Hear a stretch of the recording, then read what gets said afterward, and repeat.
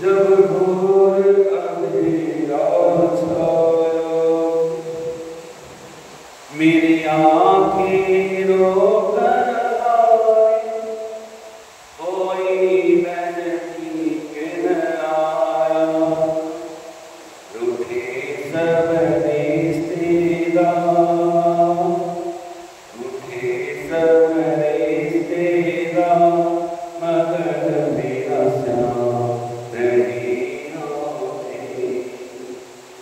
चाहे रूठे सब संसार मगर मेरा श्याम नहीं रूठे।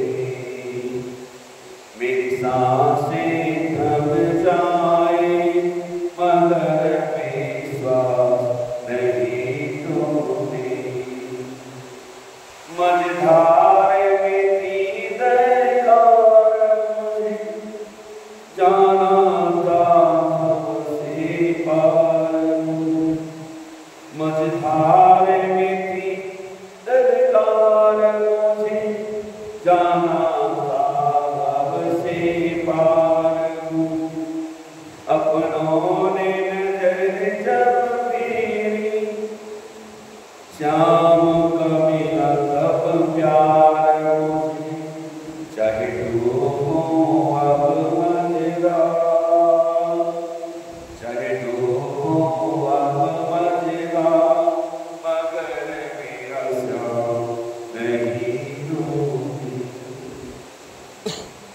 चाहे रूठे सब संसार मगर मेरा श्याम नहीं रूठे। चाहे रूठे सब संसार मगर मेरा श्याम नहीं रूठे। बिना मांगे छोड़े हर तोड़े, मेरे दिल की बात समझता हूँ। बिना मांगे छोड़े हरता है, मेरे दिल की बात समझता हूँ। मैं जब श्याम को याद करूँ, वो दौड़ा दौड़ा। मैं जब श्याम को याद करूँ, वो दौड़ा दौड़ा। चाहे कर दे सब इनकार, चाहे कर दे सब इनकार, मगर मेरा श्याम नहीं रोके। चाहे रूठे सब संसार मगर मेरा श्याम नहीं रोके। मेरी सांसें थम जाए मगर विश्वास नहीं टूटे। चाहे रूठे सब संसार मगर मेरा श्याम नहीं रोके। प्रेम से वृंदावन बिहारी लाल की। वयं खलः समुत्पत्त्या तामसा दीर्घमन्वयः,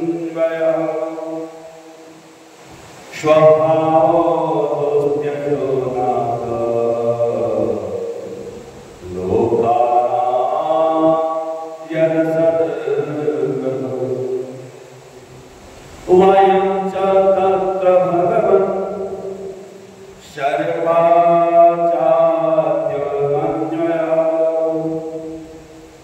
कथं त्यज्य आत्मस्त्वन्माया, दुस्त्यजा मोहितः स्वयं, दुस्त्यजा मोहितः स्वयं। वास्तव में भगवान की जो कथा है, जिसका मन कथा में लग जावे,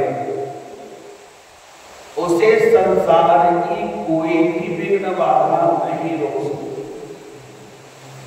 और जिसके भाग्य में कथा श्रवण नहीं लिखा है, सारी सुख सुविधा दे दीजिए, उसके बाद भी वहां से बैठ के उठ के चले जाए नहीं। एक कई जन्मों का पुण्य उदित होता है, तब हमारे मन में यह भाव होता है कि चलो कथा बैठ के सुनो। इतना आसान नहीं है जितना आसान हमें लगता है। क्योंकि भगवान की जो ये माया है, उसकी अच्छी माया है। हमें लगता है हम परमहंस हो गए, अब हमें कथा सुनने की क्या जरूरत है? जो कथा में बताई जाती है वो बात हम वैसे ही जानते हैं, और अगर यह सत्य है तो फिर कथा सुनने की क्या जरूरत है? तो उनको कथा में नहीं आने के लिए बहाना चाहिए। क्या रखिएगा, प्रेमी श्रोता तो भी कथा में आने का, और जिनके अंदर प्रेम नहीं है, जबरदस्ती बैठे हुए कथा में, चाहे वो कितने भी भरे हुए हो, लेकिन फिर भी उनको सुना के आनंद नहीं है। एक बार हमने कथा की चर्चा की थी, शायद मुझे लगता है कुछ साल पहले, कि याज्ञवल्क्य जी जब कथा सुनाते थे तो जनक जी के राज्य में पहुंचे याज्ञवल्क्य जी। तो जनक जी ने कहा कि महाराज मैं चाहता हूं कि आप मुझे सत्संग का थोड़ा सा लाभ दें। तो याज्ञवल्क्य जी ने जनक जी को उस लायक समझा, कहा ठीक है महाराज, शाम के समय कथा होगी और आप आइएगा। सारी व्यवस्था जनक जी ने करवा दी। अब सबने सुना कि राजा सत्संग करवा रहे हैं, तो चलो हम भी चलते, तो सब लोग चले। अच्छा, बैठे सब लोग, लेकिन कथा तब तक शुरू नहीं होती जब तक जनक जी नहीं। तो धीरे धीरे धीरे धीरे कुछ दिनों के बाद मन में हो गया कि भाई क्या बात है, जनक जी महाराज जब तक नहीं आते तब तक कथा शुरू नहीं होती। तो कहीं ऐसा तो नहीं कि बाबा के मन में ये भाव है कि वो राजा हैं, कुछ ज्यादा दक्षिणा देंगे, इसलिए उनके आने की प्रतीक्षा करते हैं, वो आएंगे तो कथा शुरू किया जाएगा। क्या हम सब इतने सारे लोग जो बैठे हुए हैं, क्या हम लोग उस लायक नहीं कि हमारे आने के बाद कथा शुरू की जाए? याज्ञवल्क्य जी हैं, समझ गए मन की बात। एक बार संजोग से कथा जैसे जनक जी है, कथा प्रारंभ, पूरा पंडाल जो है वो पूरा हॉल भरा हुआ है। अचानक पूरे के पूरे कथा स्थल में ऐसा लगा कि अग्नि ने अपना रूप धारण किया, चारों तरफ से आग लगी। और जब आग लग गई तो जितने लोग कथा सुनने वाले थे ना, सब उठ के भागने लगे। कोई इधर भाग रहा है, कोई उधर भाग रहा है, किसी को रास्ता नहीं दिखाई दे रहा है, बड़े में कोई दरवाजे से टकरा जा रहा है, कोई दीवार से टकरा जा रहा है। और जनक जी महाराज चुपचाप बैठे, बिल्कुल शांत। ऐसी उनकी स्थिति को देख के याज्ञवल्क्य जी को कहना पड़ा है, महाराज चारों तरफ भागने लगा हुआ, आप क्यों नहीं भागते? जनक जी ने कहा कि महाराज एक बात बताइए, इस पूरे मंडप में अग्नि प्रज्वलित करने की शक्ति परमात्मा के अलावा किसी की होगी नहीं, और अगर परमात्मा ने अग्नि को प्रेरणा दी है और वो प्रज्वलित है, तो क्या हम कितना ही प्रयत्न करने से बच सकते हैं? तो जिस परमात्मा ने इस अग्नि को लगाया है, वही परमात्मा इस अग्नि को बुझाएंगे। सारे लोग भाग गए, और उसके बाद कथा मंडप में कहीं भी दिखा जा रहा है, कहीं भी अग्नि अग्नि कुछ नहीं, एकदम शांत हो गए। दूसरे दिन जब आए श्रोता लोग, तो याज्ञवल्क्य जी ने कहा अब आपको पता चला कि क्यों मैं जनक जी के आने पे ही कथा प्रारंभ करता हूं। कथा के लिए सुधी श्रोता होना चाहिए, जिसका मन पूरी तरह से परमात्मा में लगेगा। अपने आप कोई निश्चित नहीं रहेगा कि आपको कथा सुनने, अपने आप आपका मन जुड़ जाएगा और आप बड़े प्रेम से आप कथा सुनना शुरू कर देंगे। एक क्षण में कब किसका कहां पर मुक्ति का रास्ता खुल जाए कोई जानता नहीं है। कई जन्म बीत जाते हैं मुक्ति और भक्ति को प्राप्त करने में, और एक क्षण में जीव को तो वो क्षण कौन सा है वो देखना पड़ेगा। तो इसीलिए देखिए, इतना सुंदर सा मौसम है, जिसको कथा से प्रेम रहेगा वो चला रहेगा, और जिससे कथा से प्रेम नहीं रहेगा वो ऐसे घूमता रहेगा। श्रीमद् भागवत के दशम स्कंद पूर्वार्ध में आपने श्रवण किया कि किस प्रकार से संसार का कल्याण करने के लिए भगवान खेल खेल में भांडे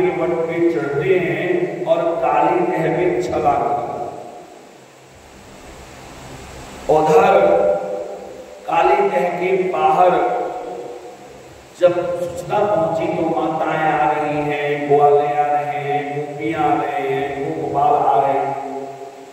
मैया यशोदा पछाड़ खा खा के गिर रही है कि मेरा लाला चला गया कालीदय में, अब क्या होगा क्या होगा। जब सबको बड़ा व्यथित देखा बलराम जी ने कहा महाराज आप अपना रूप दिखाइए, नहीं काहे परेशान कर रहे हैं सबको। अरे सब नहीं समझ पा रहे हैं, आपको सब साधारण बालक समझ रहे हैं, इसीलिए रोए जा रहे हैं।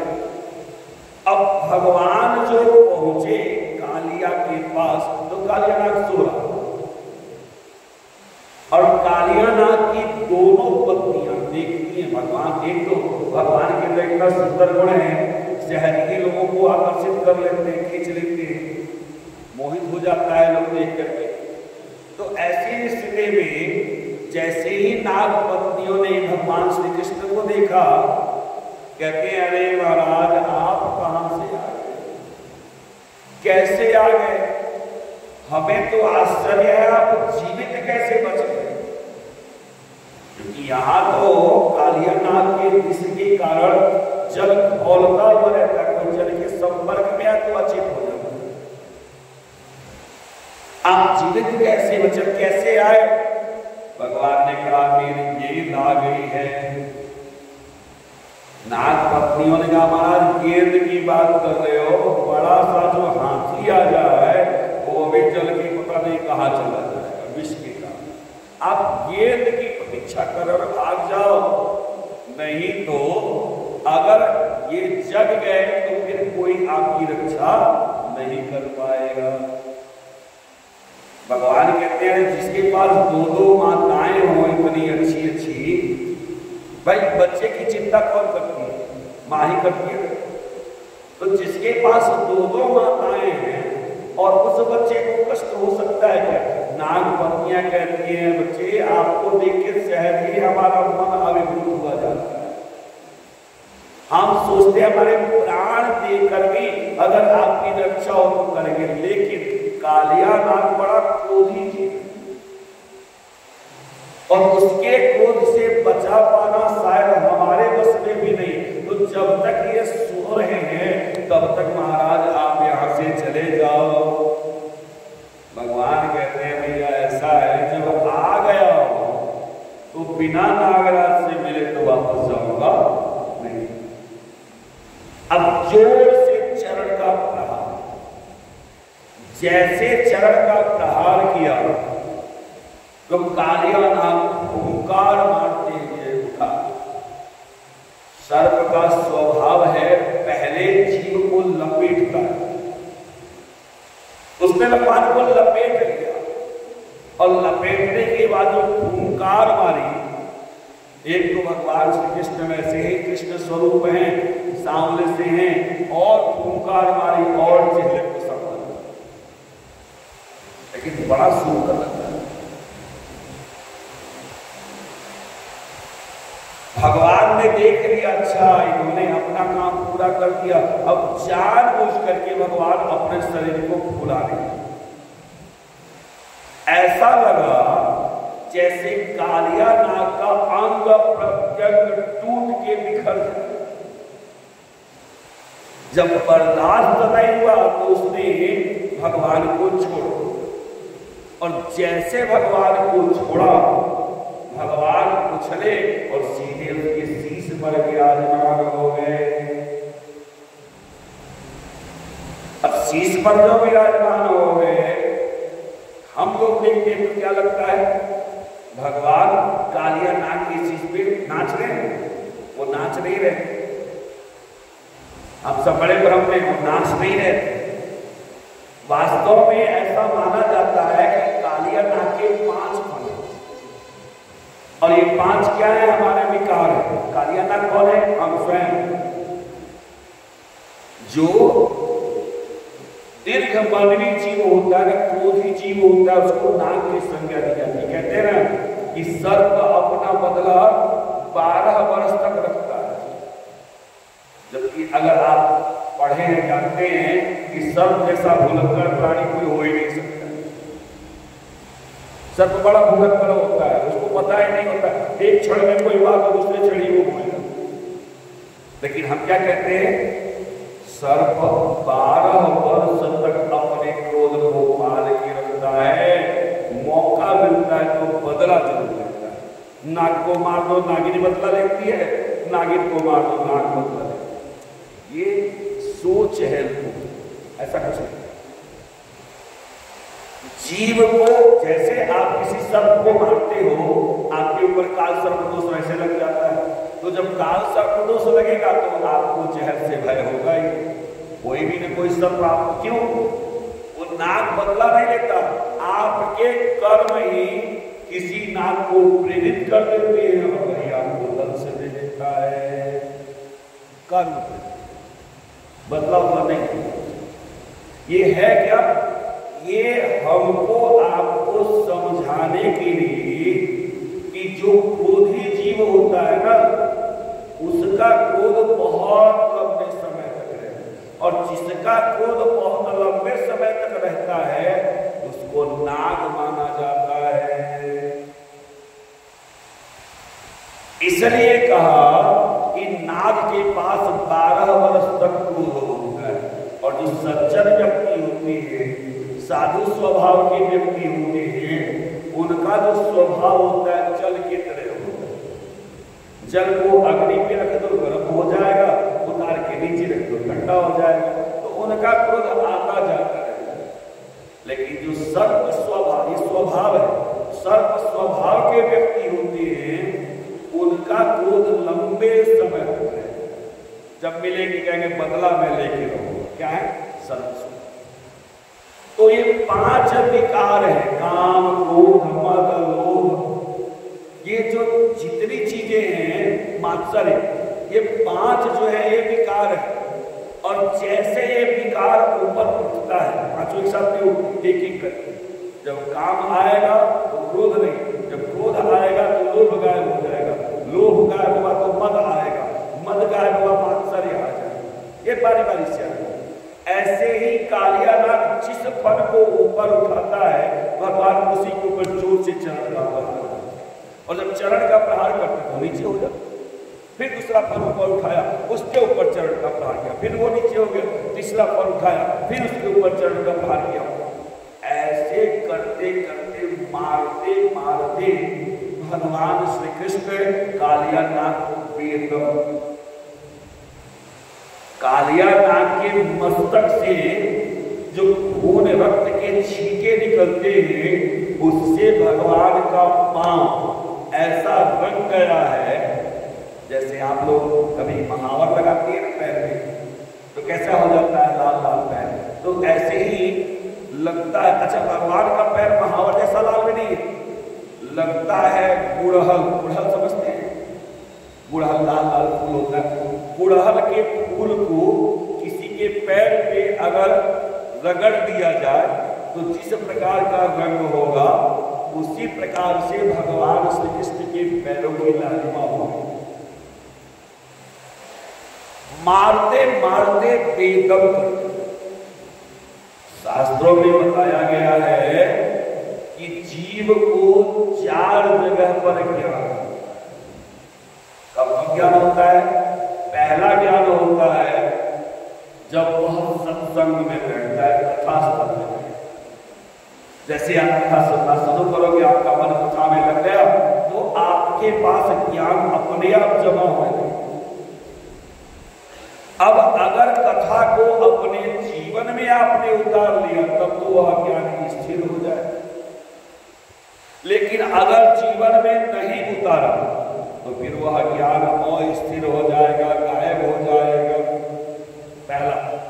दूसरा ज्ञान होता है जब आप स्मशान भूमि में जाते हैं, अंतिम यात्रा में जाते हैं, वहां पर जाने के बाद ध्यान से देखते हैं तो आपको लगता है साहब बस करिए, अगर जीवन में कुछ सत्य है तो राम का नाम सत्य है, बाकी सब माया है। क्योंकि सब आने जाने है, वो साथ जाने वाला नहीं है। साथ अंत में क्या जाता है? भगवान का नाम। तो अंतिम समय में आपको ज्ञान का स्मशान। तीसरा ज्ञान होता है मां के गर्भ में। माँ के गर्भ में जब जीव रहता है वो ब्रह्मा जी के दर्शन करता है, भगवान विष्णु के दर्शन करता है, भगवान शिव का दर्शन करता है। वो प्रार्थना कर रहा है, शरीर बंधा हुआ है नाल में। कि हमारी परिस्थिति है ना कि जब हम कष्ट में होते हैं तभी भगवान की याद सबसे अधिक। आप कितना कष्ट उठा के नीचे बैठ के या जैसे भी कथा सुन रहे हैं, विचार करिए अगर यहाँ पे आपको गद्देदार सोफे पे बिठा दिया जाए और चारों तरफ से एसी चला दिया जाए बिल्कुल बंद, आप कथा सुन पाएंगे? आपको नींद बड़ी अच्छी आएगी, सो जाएगी। जब तक शरीर को कष्ट नहीं देंगे तब तक भगवान की भक्ति आपको प्राप्त नहीं। कई बार हम लोग ऐसे बैठते हैं तो बैठते बैठते बोलते बोलते ये पीठ की जो हड्डी है, रीढ़ की हड्डी, ये दर्द करने लगता है। लेकिन ध्यान चूंकि यहाँ रहता है तो कभी वहां पे ध्यान गया था, कोई बात नहीं, देख लेंगे बाद में, पहले कभी तो जो सामने भी सकते।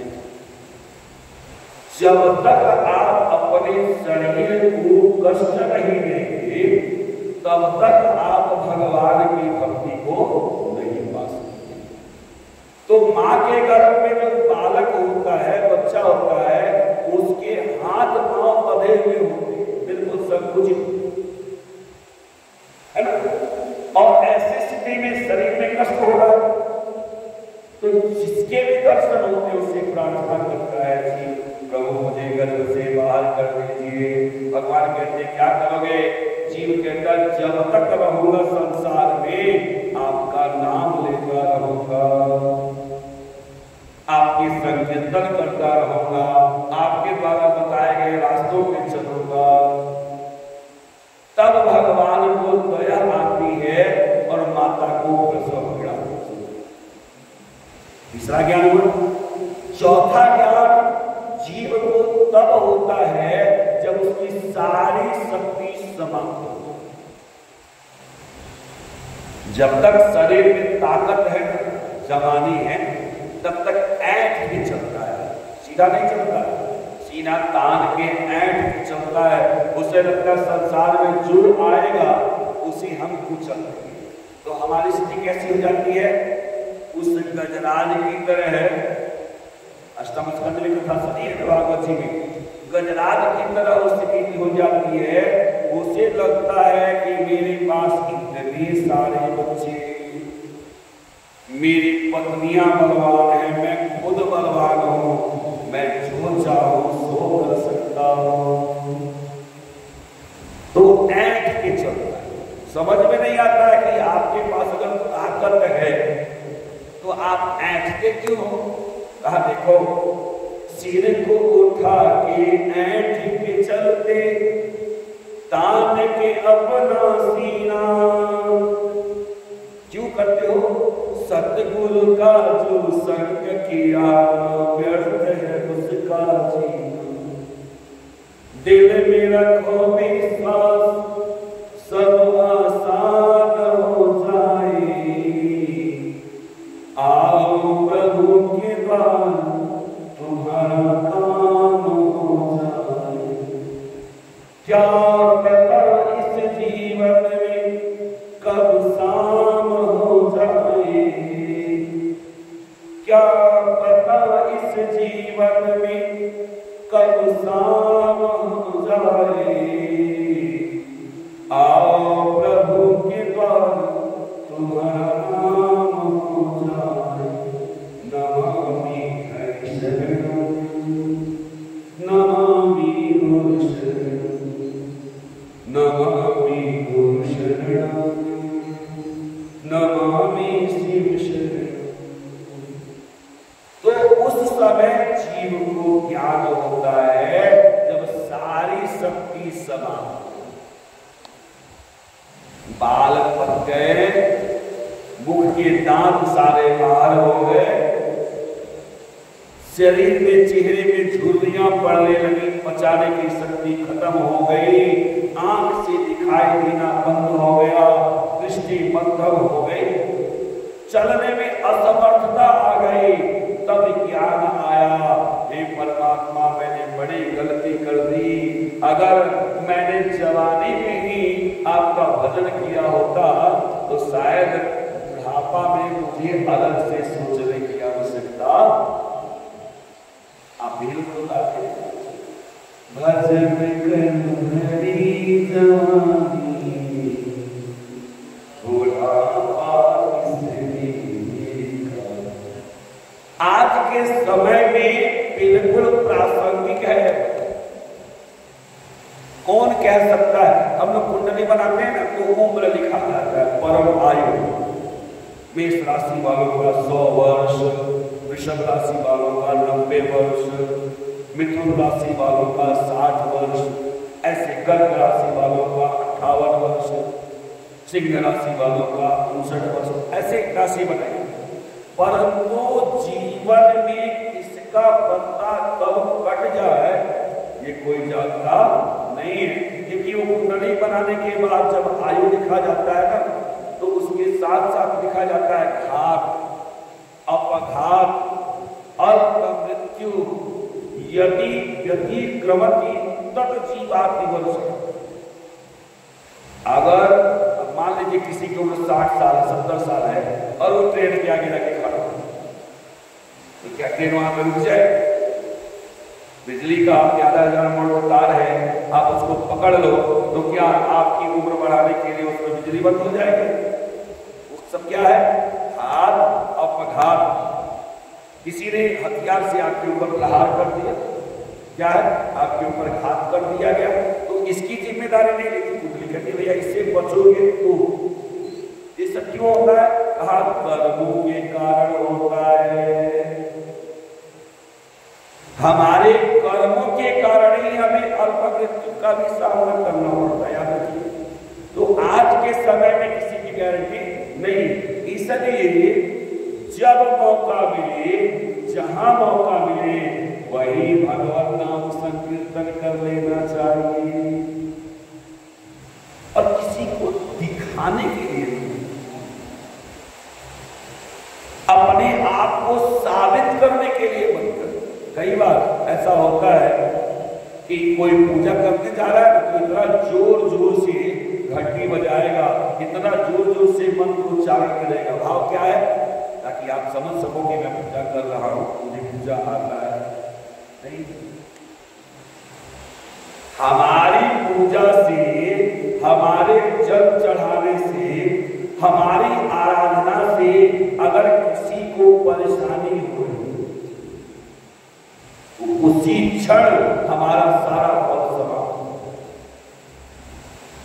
पूजा करने का अधिकार है। अब मान लीजिए सब लोग सोए हुए हो और 3 बजे भोर में जोर से स्पीकर चालू कर दिया जाए, उसमें भजन लगा, बताइए आपको फोन में मिलेगा कितना? भैया आपको भजन करना है तो बिना स्पीकर के आप चुपचाप घर में बैठ के करो, आप 3 बजे जग जाए, बड़ी अच्छी बात है, घर पे करिए, कोई दिक्कत नहीं। लेकिन आपके पास यह अधिकार है क्या कि आप सारे मोहल्ले को जगा दें? तो इस प्रकार से जीव का परम कर्तव्य है कि सबसे पहले जब समय मिले, जहां समय मिले, भगवान का नाम जप करना चाहिए, संकीर्तन करना चाहिए। अरे कोई देखे या ना देखे, लेकिन बंसरी वाला तो देख रहा है, भगवान तो देख रहे हैं, संसार को दिखाने की क्या जरूरत?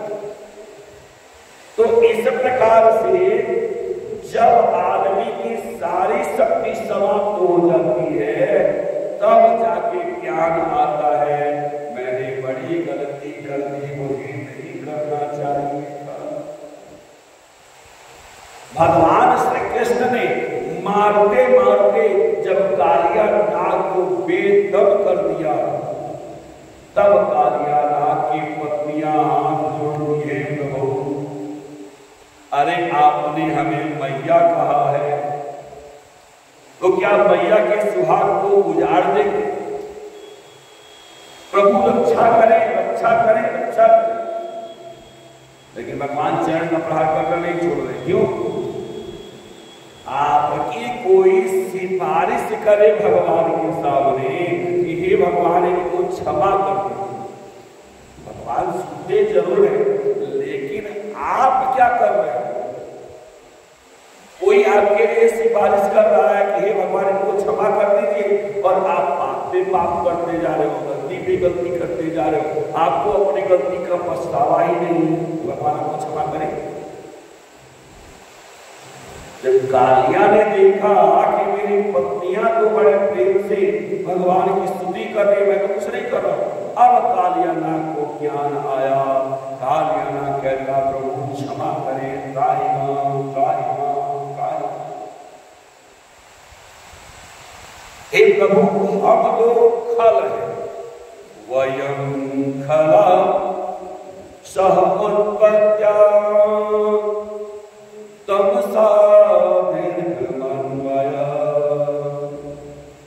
स्वभाव त्यजो नाथ लोकानां यद सद्गः। हे प्रभु हम लोग कौन है? खल है, दुष्ट स्वभाव के हैं। अगर दुष्ट स्वभाव के नहीं होते तो आपने हमारा क्या बिगाड़ा? आपको हमें लगे। उसका एक कारण ये भी है कि वास्तव में हमारे अंदर जो तामस प्रवृत्ति, तामसी प्रवृत्ति, तीन प्रकार की प्रवृत्ति सबके अंदर होती है, सात्विक, राजस और तामस, ये तीन प्रवृत्ति सबके अंदर होता है। लेकिन जो सर्व स्वभाव की व्यक्ति होती है उनमें तामस प्रवृत्ति लगातार बड़े लंबे समय तक चलती है। उसी पे हम लोग चर्चा करते हैं। कालिया नाग कहता है महाराज हमारा स्वभाव ही है, कृपा करें। जानते हैं वास्तव में हम सर्व वयं चातुर्सर्गवत् सर्वा जात्युर्मन्वयः कथं त्यज संतं माया दुस्त्यजा मोहिता स्वयं। प्रभु एक तो हम सर्व हैं, सर्व का स्वभाव होता है काटना, हुंकारना, लपेटना, ये स्वभाव है। दूसरा क्या है? कहा आपकी माया ने मोहित कर दिया था। आपकी माया से मोहित होने के कारण ही जीव यह समझता है कि जो मेरे पास शक्ति है वह हमेशा ऐसी ही बनी रहेगी, चाहे किसी को मार दो, चाहे किसी को परेशान कर दो, वही हालत हमारी। तो हमारे अपराध को क्षमा करें प्रभु। मैं आपके शरण में आ गया हूं। भगवान ने कहा ठीक है, शरण में आ गए हो तो यहां से चले जाओ, क्योंकि तुम्हारे कारण लोग यमुना जी के जल को पी नहीं पा रहे। तुम्हारा यह स्थान नहीं, तुम चले जाओ कहां? रमणक द्वीप भी, जहां सर्पों का स्थान है। आज भी वो जगह है, जानते हैं कहां है? उसका नाम क्या है? उसी का नाम है स्नेक आइलैंड। आपने प्राय सुना होगा, सर्च करेंगे नेट पे तो आपको पता भी चल जाएगा, और ज्यादा दूर जाने की जरूरत भी नहीं है। वहां पे हालांकि गवर्नमेंट ने प्रतिबंधित कर दिया उस एरिया को, उस आइलैंड पे कोई जा नहीं सकता, क्योंकि जो गया वो कभी वापस नहीं आया। और मुंबई से थोड़ा दूर आगे जब आप जाएंगे, दमन द्वीप है, दमन और द्वीप, तो उसके आगे समुद्र जब पार करेंगे काफी अंदर, तो एक टापू, उसमें केवल भांति भांति के आपको सर्प ही मिले। मतलब एक भी कदम ऐसा नहीं है जहां सर्प न हो। उसका नाम ही है स्नेक आइलैंड। वहां पे उसके काफी दूरी से ही प्रतिबंधित क्षेत्र घोषित कर दिया गया है, आर्मी वगैरह रहती है, वहां कोई जा नहीं सकता, क्योंकि जो गया वो वापस नहीं, चाहे कितना भी बड़ा दुकान हो, कितना भी बड़ा कोने क्यों न चला, वापस नहीं आ सकता। उसका नाम उन दिनों रमणक द्वीप। भगवान ने कहा एक काम करो, तुम वहीं पे जाकर के रहो, तुम्हारा वास वही है। कालिया नाग ने कहा प्रभु आपकी आज्ञा शिरोधार्य है, लेकिन जैसे मैं यहां से निकलूंगा हमारे भ्राता श्री गरुड़ जी महाराज बिल्कुल ताक में बैठे, अपने चोंच के प्रहार से मेरा राम नाम सत्य कर देंगे। भगवान कहते हैं जीव को तब तक शत्रुओं से भय होता है जब तक वह मेरे शरण में नहीं। अब जब तुम शरण में आ गए हो और तुम्हारे शीश के ऊपर मेरे चरण चिन्ह पड़ गए हैं तो गरुड़ जी तुम्हारे ऊपर प्रहार नहीं करेंगे, गरुड़ जी महाराज तुम्हारा सम्मान करेंगे। इतना कह के भगवान ने राजा परीक्षित कहते हैं कि बाबा एक बात समझ में नहीं आई कि अगर यह जल में रहने वाला जीव नहीं तो जल में आया कैसे? क्या कारण था उसका वहां यमुना जी के किनारे उसको मिलो? सुखदेव जी कहते हैं महर्षि कश्यप की 13 पत्नियों में से एक का नाम है कत्रु और दूसरे का नाम है विदिता। एक बार दोनों बहनों ने बड़े प्रेम से महर्षि कश्यप की सेवा की, खूब सेवा। अच्छा जब सेवा करी तो महर्षि कश्यप बड़े प्रसन्न हुए। कत्रु से पूछा देवी क्या चाहिए आप मांग लो। तो उन्होंने कहा कि महाराज मुझे ढेर सारे संतान चाहिए, इतनी संतान मुझे दीजिए कि संसार में केवल मेरे ही बच्चे रहे और किसी के बच्चे नहीं। महर्षि कश्यप ने कहा देवी अगर ऐसा हुआ तो उनकी उम्र कम हो जाएगी, क्योंकि जब केवल वही रहेंगे तो पाप कर्म करेंगे, अधर्म करेंगे, और जीव जब अधर्म करता है तो उम्र कम हो जाएगी। कत्रो ने कहा चाहे कुछ भी हो जाए लेकिन मुझे तो इतनी संतान चाहिए, चारों तरफ मेरी संतान। ठीक है। तो कत्रो ने महर्षि कश्यप के आशीर्वाद से जन्म लिया नागों। विदिता से पूछा कि देवी आपको क्या चाहिए, क्या आपको भी अपनी बहन की तरह ढेर सारी संतानें चाहिए? कहा नहीं, संतान बिल्कुल सीमित मानो, और वो भी संतान ऐसी हो जो भगवान का भक्त हो। हम अपने बच्चों के लिए प्रत्येक माता पिता अपने बच्चों की शिक्षा की व्यवस्था करते हैं। आजकल तो एक नया ट्रेंड चल गया है कि चाहे कुछ हो चाहे ना हो लेकिन इंग्लिश मीडियम में जरूर पढ़े, है ना। बच्चे को संस्कृत का ज्ञान नहीं, संस्कृत की श्लोक नहीं मालूम है, वो क्या है हमारा भारतीय दर्शन, क्या है हमारी संस्कृति, क्या है हमारी सभ्यता, उसका ज्ञान हमारे बच्चों को नहीं होता है। लेकिन इंग्लिश मीडियम की बराबर जानकारी होती है। प्रार्थना हमें समझ में नहीं आती है, प्रेय हमें समझ में आ जाती है, प्रेय करने में चले जाते, प्रार्थना समझ में नहीं आती क्योंकि हमने कभी संस्कृत बच्चे को पढ़ाना ही नहीं चाहा। श्री रामचरितमानस, महाभारत, गीता, उसका उसको पढ़ाने का हमने प्रेरित ही नहीं, तो प्रेरित नहीं किया तो बच्चा जानेगा कहां से? इंग्लिश मीडियम पढ़ा दो।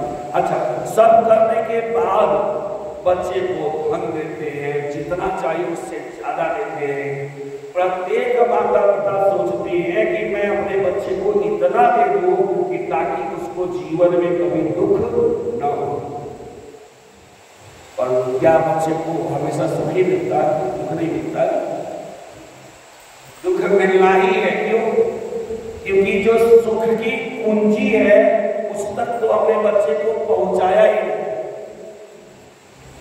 अगर हमारे बच्चे के अंदर भगवान की भक्ति है तो चाहे जीवन में कैसी भी परिस्थिति उसके साथ आ जाए लेकिन उसे कभी भी दुख नहीं होगा। अगर दुख आया, पहले तो आएगा नहीं, अगर आया तो उस दुख की घड़ी में भी वह परमात्मा का नाम सुमिरन करते हुए बड़े प्रेम से पार कर जाएगा। प्रेम से कृष्ण चंद्र भगवान की। तो अगर आप अपने बच्चे को दीर्घायु बनाना चाहते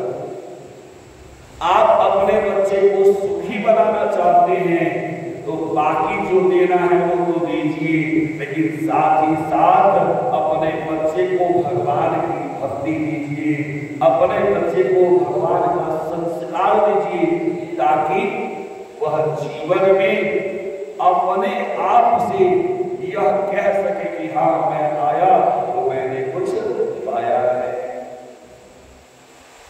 मेरी कहते ज्यादा नहीं, मुझे 2 संतान हुए, लेकिन दोनों भगवान के भक्त हों और सेवा करने वाले हों। तो पहले संतान में गरुड़ जी महाराज, जिसे विनीता ने प्रेरणा दी और महर्षि कश्यप के आशीर्वाद से भगवान श्री हरि के वाहन बने। बड़ी लंबी कथा इसकी भी है, चूंकि फिर कभी मौका मिलेगा उसको विचार करेंगे। तो वहां पे चले गए। दूसरे पुत्र हुए अरुण जी महाराज। अरुण जी महाराज को सूर्यदेव की सेवा में लगा दिया, सूर्यदेव की सारथी बना दिया, इसलिए पहले अरुणोदय होता है, उसके बाद सूर्योदय होता है। अब इनको 2 संतान से ही सुख मिला। क्यों? क्योंकि इनका मन बिल्कुल साफ है, बिल्कुल साफ। और माता कद्रू है, उनके मन में ये सारे संतानों की इच्छा, सारे सब मेरे ही संतान रहे, उनके मन में कालिमा है। एक बार कद्रू और विनीता दोनों बैठी हुई होती है, तो आपस में विचार करने लगे, बहन ये बताओ सूर्य का रंग कैसा है? कद्रू से विनीता ने पूछा, अच्छा बताओ आपने कभी सूर्य को देखा? बिल्कुल देखा। आज सूर्य का रंग कैसा है? आज सूर्य का रंग काला है। सूर्य काले हैं, उनका घोड़ा भी काला है, उनका रथ भी काला है। कद्रू ने विनीता से पूछा, तुमने कभी सूर्य को देखा? कहा मैं भी जानती हूँ सूर्य को। आज सूर्य कैसे हैं? आज सूर्य भी सफेद है, उनका घोड़ा भी सफेद है, उनका रथ भी सफेद है। तो सूर्य, अब जरा विचार करके बताइए कि सूर्य काले हैं कि सफेद है? सफेद है? नहीं, ना ही सूर्य काले हैं और ना ही सूर्य सफेद है, सूर्य है लाल। इसीलिए सूर्य की पूजा जो होती है वह लाल अक्षत से होती है। जो ध्यान देके करवाएंगे नवग्रह की पूजा होती है तो सूर्य की पूजा लाल अक्षत से होती है, चंद्रमा की पूजा सफेद अक्षत से होती है, मंगल की पूजा लाल अक्षत से होती है, बुध की पूजा हरे अक्षत से होती है, गुरु की पूजा पीले अक्षत से होती है, शुक्र की पूजा सफेद अक्षत से होती है, शनि की पूजा या तो काले अक्षत से करिए या तो काला तिल से करिए, राहु की पूजा काले तिल से करिए, केतु की पूजा काले तिल से करिए। ऐसे नवग्रह। तो सूर्य का रंग क्या है? लाल। यहाँ तो एक कह रहे ये सफेद, एक कह रहे ये काला। वास्तव में ये मन के भाव, जिसके अंदर भगवान की भक्ति होती है, जो अपने से नीचा किसी को नहीं समझता, उसका मन हमेशा सफेद रहता है।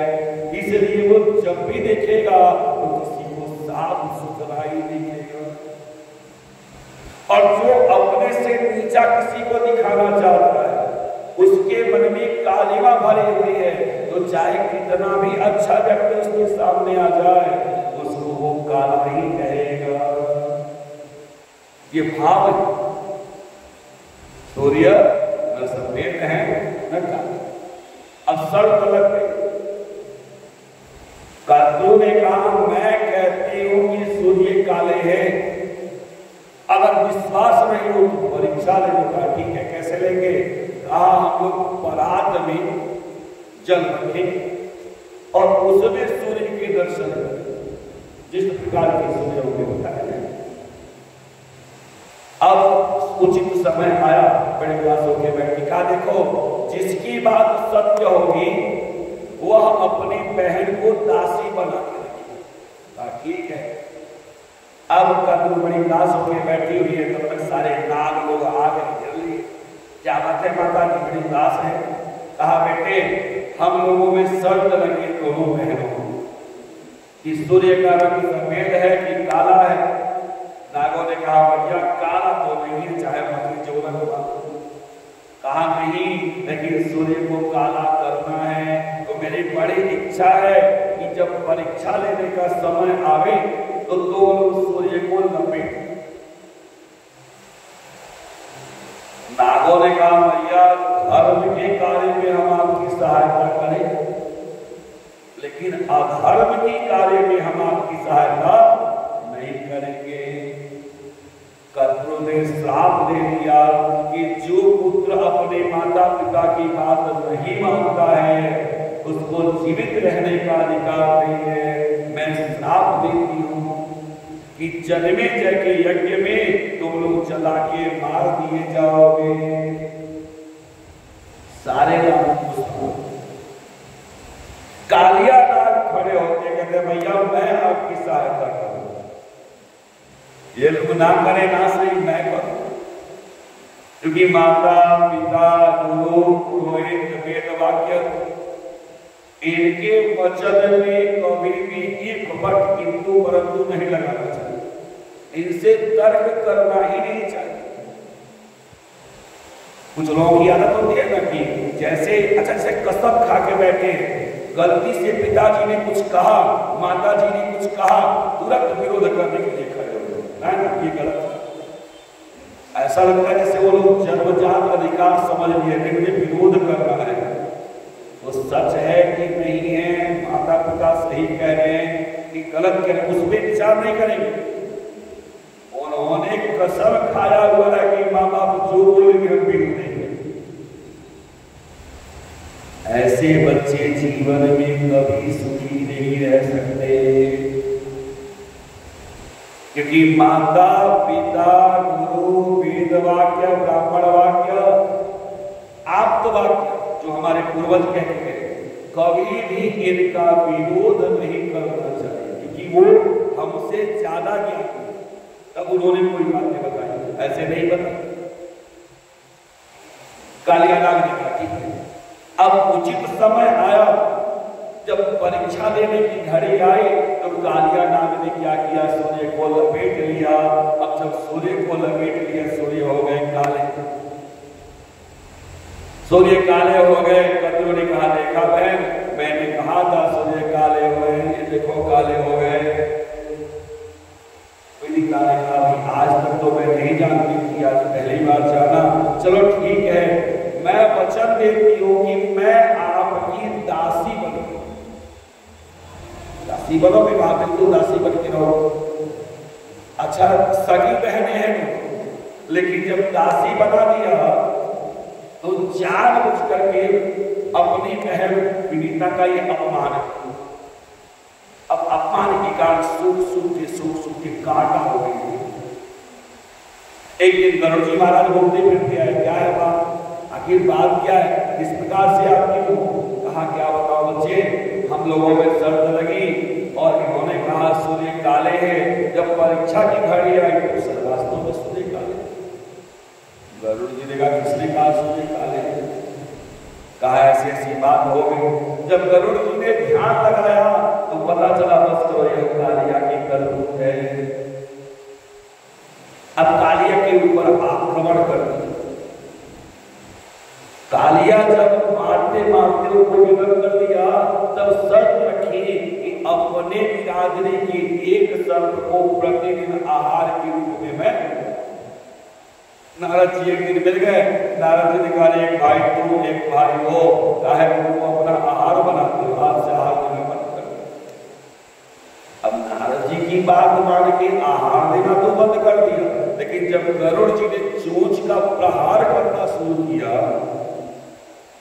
तब कालिया नाग को लगा अब कहां जाऊं। हे नारद जी ये क्या बता दिया ऐसे तो मेरे प्राण ही चले जाएंगे। नारद जी फिर काय काम कर चले जाओ तुम कहां पे यमुना जी के किनारे जो भांडील वट है उसके नीचे जो बहुत बड़ा कुंड है उसी कुंड में अपनी पत्नियों के साथ वास करो। कहा वहां पे गरुड़ जी नहीं आएंगे। कहा नहीं आएंगे क्यों। कहा एक बार ऋषि ने उनको श्राप दे दिया। सौवर ऋषि बैठ के तपस्या कर रहे थे, ठाकुर जी की पूजा कर रहे थे, और ऊपर से एक विशाल गाय मत्स्य को पकड़ा इन्होंने गरुड़ जी ने अपना आहार बना लिया। उनके पंजे से पूरा कांटा वगैरह गिरा। अब इनके ऊपर जो गिरा तो उन्होंने श्राप दे दिया कि आज के बाद जहां तक भांडीलवट की परछाई आप चले आए तो आपके मस्तक के हजारों टुकड़े हो जाएंगे। प्रेम से श्री कृष्ण चंद्र भगवान की बोल हरि बोल, हरि हरि बोल, बोल हरि बोल, हरि बोल, हरि हरि बोल, बोल हरि हरि हरि। केशव माधव गोविंद बोल, केशव बोल हरि बोल, हरि हरि बोल, बोल हरि केशव माधव गोविंद बोल, केशव। नाम प्रभु का है सुखकारी, नाम प्रभु का पाप कटेंगे क्षण में भारी, पाप कटेंगे।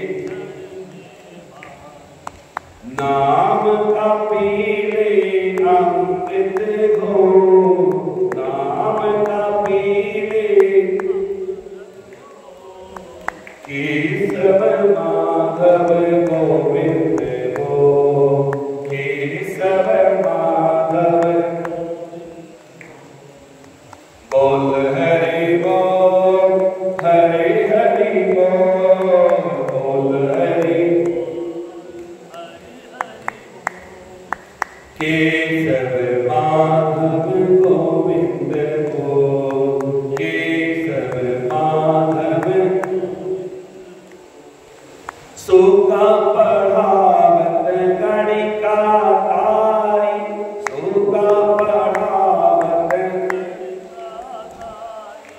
बड़े बड़े निशिचर संधारी, बड़े बड़े निशिचर संधारी। नाम की महिमा है अनमोल, नाम की महिमा केशव माधव गोविंद बोल, केशव माधव बोल हरि बोल, हरि हरि बोल, बोल हरि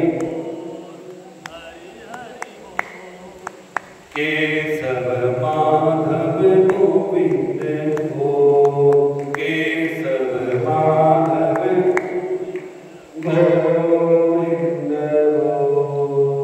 प्रेम से बोले श्री रामचंद्र भगवान की। ओम प्रतिमादेव की, पवन सुत हनुमान की, श्री कृष्ण चंद्र भगवान की, आदि शक्ति जगन्नारायणी मात की। ओम नमः पार्वती पतये, हर हर महादेव। जय जय